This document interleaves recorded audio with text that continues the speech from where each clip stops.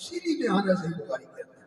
تو یہ کتاب جو ہے اس نام سے امام بخاری رحمۃ اللہ علیہ نے لکھی اور انہوں نے اپنے سے پہلے والی کتابوں کو پیش نظر رکھا اور ان کتابوں کے مصنفین کی یہ کتابیں امام بخاری تک پہنچی اور ان سے انہوں نے استفادہ کیا، لیکن انہوں نے صرف صحیح احادیث کا انتخاب کر کے اس کتاب کے اندر ان کو جمع کیا اور امت کے لیے ایک ایسا مجموعہ تیار کر دیا جس کے اوپر عمل کرنا بہت ہی آسان ہے. اور امام بخاری رحمۃ اللہ علیہ فرماتے ہیں کہ میں نے 16 سال صرف کیے اور 6 لاکھ احادیث سے اس کو انتخاب کیا. وَجَعَلْتُهُ حُجَّةً بَيْنِي وَبَيْنَ اللَّهِ يَوْمَ الْقِيَامَةِ. ورحمۃ اللہ وبرکاتہ. اللهم صل على محمد وعلى آل محمد كما صليت على إبراهيم وعلى آل إبراهيم إنك حميد مجيد. اللهم بارك على محمد وعلى آل محمد كما باركت على إبراهيم وعلى آل إبراهيم إنك حميد مجيد. وبسند المتصل مني إلى الشيخ الإمام الهمام الحافظ الحجة أمير المؤمنين في الحديث أبي عبد الله محمد بن إسماعيل بن إبراهيم بن المغيرة بن بردزبة الجعفي اليماني البخاري رحمه الله تعالى أنه قال: باب قول الله تعالى: ونضع الموازين القسط ليوم القيامة وأن أعمال بني آدم وقولهم يوزن. وقال مجاهد: القسطاس والعدل بالرومية. ويقال: القسط مصدر المقسط وهو العادل، وأما القاسط وهو الجائر. وبه قال: حدثنا أحمد بن أشكاب قال حدثنا محمد بن فضيل عن أمارة بن القعقاع عن أبي زرعة عن أبي هريرة رضي الله تعالى عنه قال: قال النبي صلى الله عليه وسلم: كلمتان حبيبتان إلى الرحمن خفيفتان على اللسان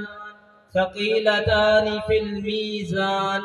سبحان الله وبحمده سبحان الله العظيم. بارك الله.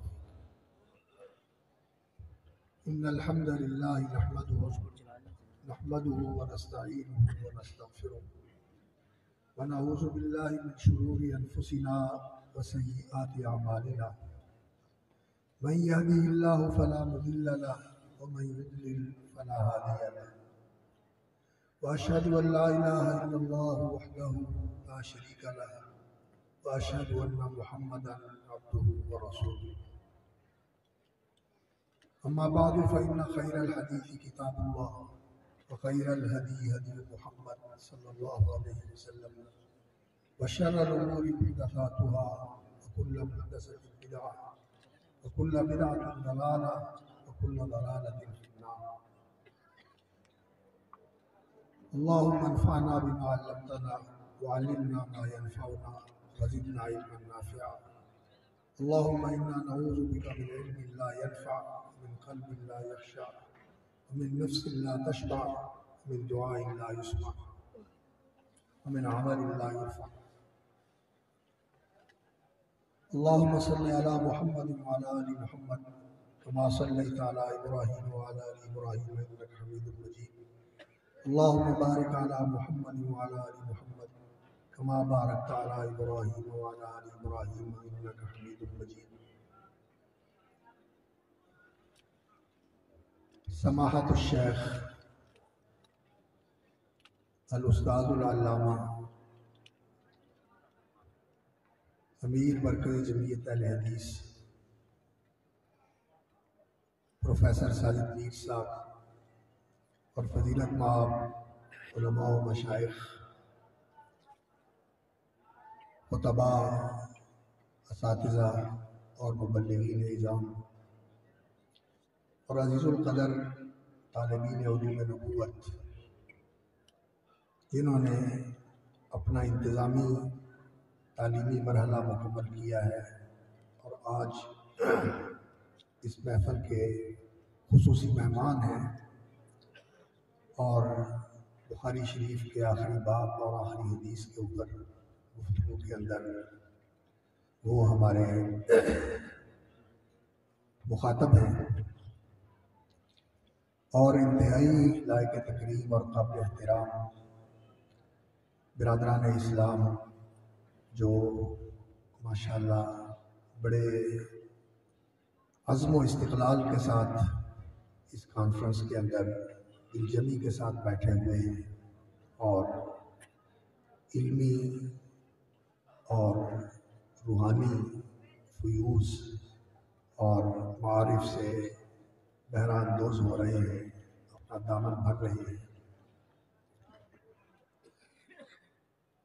صحیح بخاری اور اس کا آخری باب اور اس میں ذکر کردہ حدیث، اس کے متعلق کچھ گزارشات آپ کے سامنے عرض کروں گا۔ مجھ سے کہا تو یہ گیا تھا کہ حدیث کی اہمیت، اس کی حجیت کے بارے میں کچھ گفتگو کریں، لیکن مجھ سے قبل میرے بہت ہی عزیز مکرم مولانا ابراہیم طارق صاحب حافظہ اللہ، انہوں نے بھی اس موضوع پر بڑی مدلل اور بڑی مؤثر گفتگو فرمائی، اور پھر اس کے بعد نور علی نور حضرت علامہ امیر مرکزی جمعیت اہل حدیث پروفیسر صاحب نے ماشاءاللہ بہت ہی علمی اور مدلل بیان آپ کے سامنے فرمایا، جس کے اندر حدیث کی اہمیت، اس کی اقسام اور دین کے اندر اس کا مقام و مرتبہ واضح کیا گیا ہے۔ اس لیے اس پر مزید گفتگو کا کوئی موقع نہیں ہے۔ میں صرف بخاری شریف کے حوالے سے یہ عرض کرنا چاہوں گا کہ ذخیرہ حدیث کے اندر جو حدیث کی کتابیں بخاری شریف سے پہلے لکھی گئیں یا اس کے بعد لکھی گئیں، ان میں اللہ رب العزت نے الجامع الصحیح یا الجامع المسند الصحیح المختصر من حدیث رسول اللہ صلی اللہ علیہ وسلم و سننہ و ایامہ، اس کو ایک بہت منفرد اور اعلیٰ مقام عطا فرمایا ہے۔ ہم دیکھتے ہیں کہ حدیث کے لکھنے کا اہتمام صحابہ کرام رضوان اللہ علیہ مجمعین کے ہاں بھی تھا۔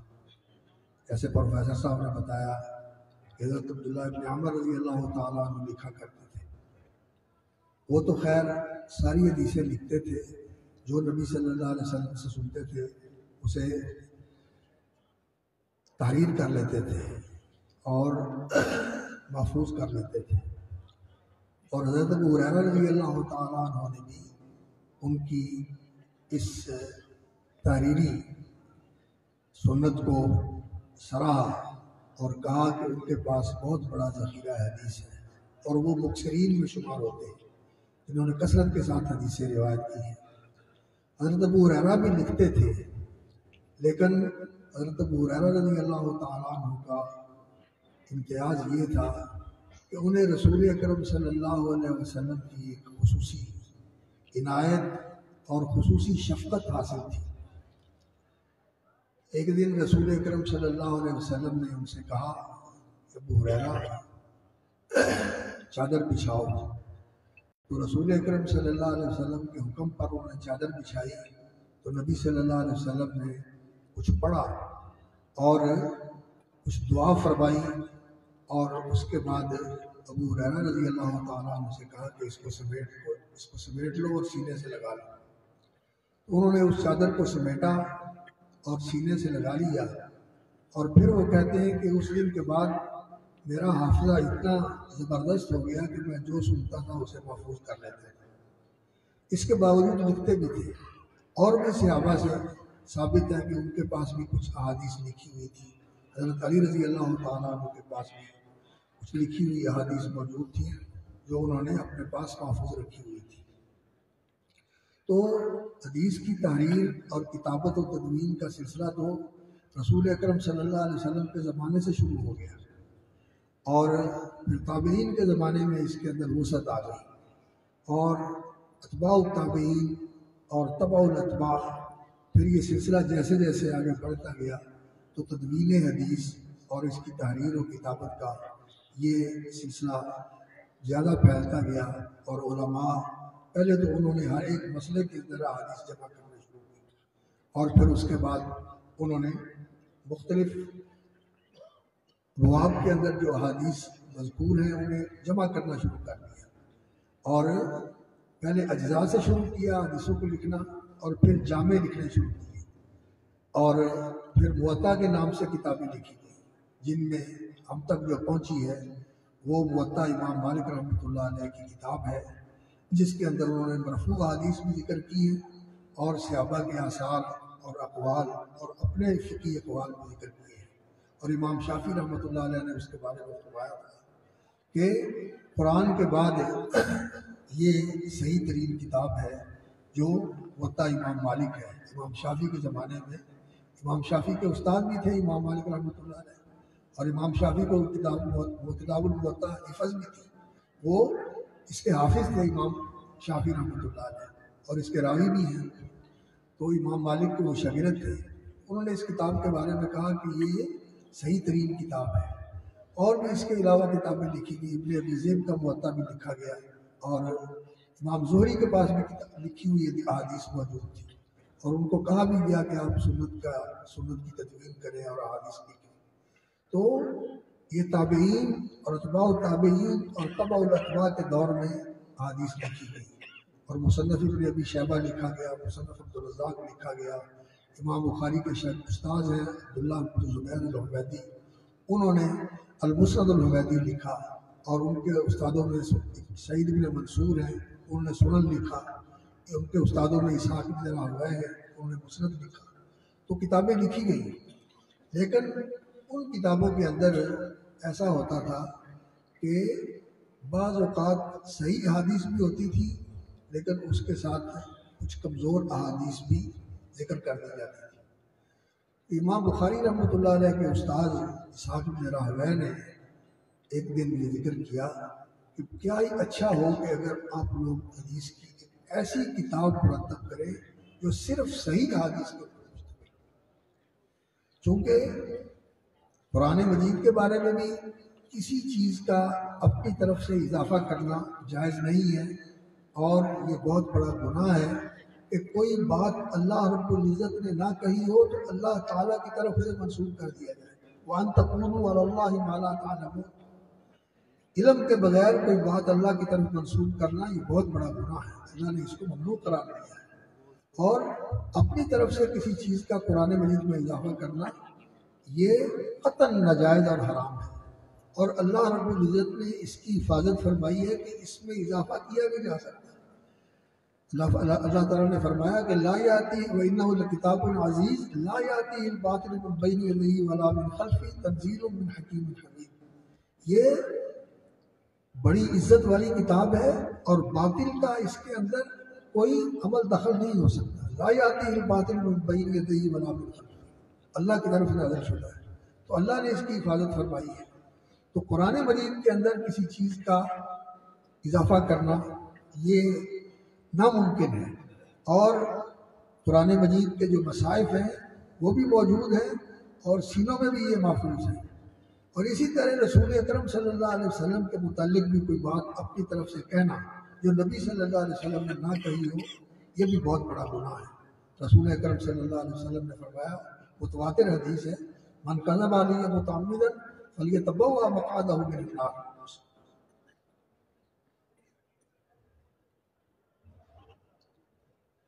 فرمایا جو میرے متعلق جان بوجھ کر جھوٹی بات کہتا ہے تو وہ جہنم میں اپنا ٹھکانہ بنا دے۔ بلکہ رسول اکرم صلی اللہ علیہ وسلم نے یہ بھی فرمایا من حدث عنی بحدیث یرا انہ کاذب فہو احد الکاذبین، صحیح مسلم میں، کہ جو میری طرف سے کوئی ایسی حدیث نقل کرتا ہے جس کے بارے میں یہ خیال کیا جاتا ہے، یہ گمان کیا جاتا ہے کہ یہ جھوٹ ہو سکتی ہے، تو وہ بھی جھوٹوں میں سے ایک جھوٹا ہے۔ تو رسول اکرم صلی اللہ علیہ وسلم کی احادیث کے بارے میں بھی انسان کو بہت محتاط ہونا چاہیے، قرآن مجید کی حفظ کے ساتھ اور ضبط و اتقان کے ساتھ اسی طرح پڑھنا چاہیے جیسے نازل ہوا ہے، جیسے اللہ نے اتارا ہے۔ اس میں کسی چیز کا اضافہ بھی نہیں کیا جا سکتا اور کسی چیز کی کمی بھی نہیں کی جا سکتی، اس کو اسی طرح پڑھنا چاہیے جیسے نازل کیا گیا۔ اور احادیث بھی جیسے رسول اکرم صلی اللہ علیہ وسلم نے فرمایا ہے، جیسے آپ صلی اللہ علیہ وسلم نے کیا ہے، جو آپ سے ثابت ہے منقول، اس کو اسی طرح آگے نقل کرنا چاہیے۔ لیکن ایسی روایات نقل ہوئی ہیں جو نبی صلی اللہ علیہ وسلم کی طرف منسوب کی گئی اور واقعتاً وہ ثابت نہیں ہے۔ امام بخاری رحمۃ اللہ علیہ نے یہ بات امام اسحاق بن راہویہ کی سنی اور ان کے دل میں اتر گئی کہ یہ کام کرنا چاہیے، کہ ایسا صحیح احادیث کا ذخیرہ جمع کرنا چاہیے جس پر انسان پورے اطمینان کے ساتھ عمل کر سکے کہ یہ رسول اکرم صلی اللہ علیہ وسلم کے فرامین ہے، یہ نبی صلی اللہ علیہ وسلم کی سنت ہے، یہ نبی صلی اللہ علیہ وسلم سے ثابت ہے، اور اسے جانچنے اور اس کو تحقیق اور تفتیش کی ضرورت نہ پڑے۔ اس طرح کی کتاب جمع کرنی چاہیے۔ تو یہ ان کے دل میں اللہ نے ڈال دی بات، تو پھر اللہ رب العزت نے ان کو اس کی توفیق بھی عطا فرمائی۔ تو انہوں نے احادیث مبارکہ اور صحابہ کے آثار اور اقوال تابعین کے فتاوی جات، یہ سارا ذخیرہ جمع کیا، اور ان کا یہ جمع کردہ ذخیرہ 6 لاکھ احادیث اور آثار پر مشتمل تھا۔ 6 لاکھ احادیث اور آثار پر مشتمل تھا، اور ان میں سے وہ کہتے ہیں کہ اس میں 1 لاکھ صحیح احادیث ہیں جو رسول اکرم صلی اللہ علیہ وسلم سے ثابت ہے، مجھے یاد ہے، اور 2 لاکھ غیر صحیح بھی میں نے یاد کی ہوئی ہیں تاکہ مجھے کوئی دھوکہ نہ دے سکے، اور کوئی غلط حدیث جو ہے وہ میری کتاب کے اندر داخل نہ ہو سکے، اس کے غلط اور اس کے غیر ثابت ہونے کی بھی مجھے معرفت ہے کہ یہ غیر صحیح ہے۔ تو انہوں نے اس کتاب کے اندر صحیح احادیث کو جمع کیا، اور ان کا فرمانا ہے کہ ما ادخلت فی کتابی الا ما صح، میں نے صرف صحیح اس کے اندر شامل کیا، اور اس کا نام انہوں نے رکھا الجامع المسند الصحیح۔ جامع یعنی پورے دین کو اس کے اندر سمو دیا، عقیدہ، ایمان، عبادات، معاملات، اخلاق، آداب اور حدود، جرائم، تعزیرات، جہاد اور سیر، فضائل، مناقب، اخلاق، آداب، ادعیہ، اذکار، قرآن کے فضائل، تفسیر، بدء الخلق، کتاب الانبیاء، فتن، اشراط الساعہ، قیامت، جنہ والنار، حساب اور میزان، جتنے بھی دین کے امور اور جتنے بھی دین کے شعبے ہیں ان سب کو انہیں اس میں اکٹھا کر دیا۔ اور المسند،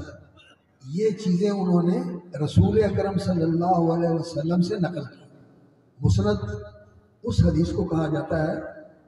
والمسند المتصل الاسناد من راوی حتی المصطفى ولم یبن، بیقونیہ والے نے کہا ہے والمسند المتصل الاسناد من راوی حتی المصطفى ولم یبن۔ مسند اس کو کہا جاتا ہے جو نقل کرنے والے سے لے کر رسول اکرم صلی اللہ علیہ وسلم تک برابر اتصال کے ساتھ، پوری طرح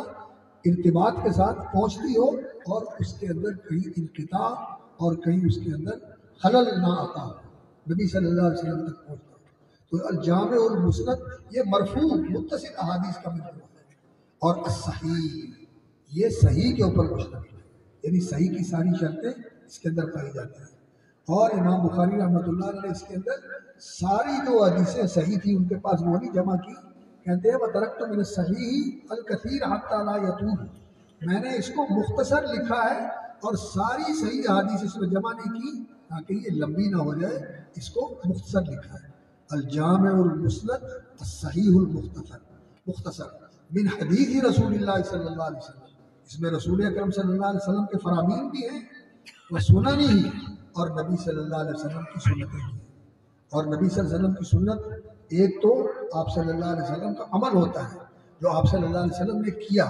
اور جیسے پروفیسر صاحب بتا رہے تھے، اور نبی صلی اللہ علیہ وسلم کا کسی چیز کو دیکھ کر برقرار رکھنا اور اس پر نکیر نہ فرمانا، یہ بھی آپ صلی اللہ علیہ وسلم کا عمل ہے کہ آپ نے اس کو برقرار رکھا، اس کی تقریر فرمائی، تو یہ بھی آپ کی سنت بن جاتی ہے۔ یہ سنت تقریری ہے، کیونکہ رسول اکرم صلی اللہ علیہ وسلم کا مقام جو اللہ رب العزت نے بتایا ہے وہ یہ ہے، یتبعون الرسول النبی الامی الذی یجدونه مکتوبا عندهم فی التوراۃ والانجیل یامرهم بالمعروف وینہاهم عن المنکر۔ رسول اکرم صلی اللہ علیہ وسلم کی یہ ذمہ داری تھی کہ وہ معروف کا حکم دیتے تھے اور منکر سے منع کرتے تھے، تو جو ان کے سامنے معروف ہوتا تھا اس کو برقرار رکھتے تھے، اور اگر منکر کوئی چیز ان کے سامنے وجود میں آتی تھی تو فوراً انکار کرتے تھے رسول اکرم صلی اللہ علیہ وسلم، اسی وقت ٹوک دیتے تھے اور فرماتے تھے کہ یہ صحیح نہیں ہے۔ تو رسول اکرم صلی اللہ علیہ وسلم کی یہ ذمہ داری تھی کہ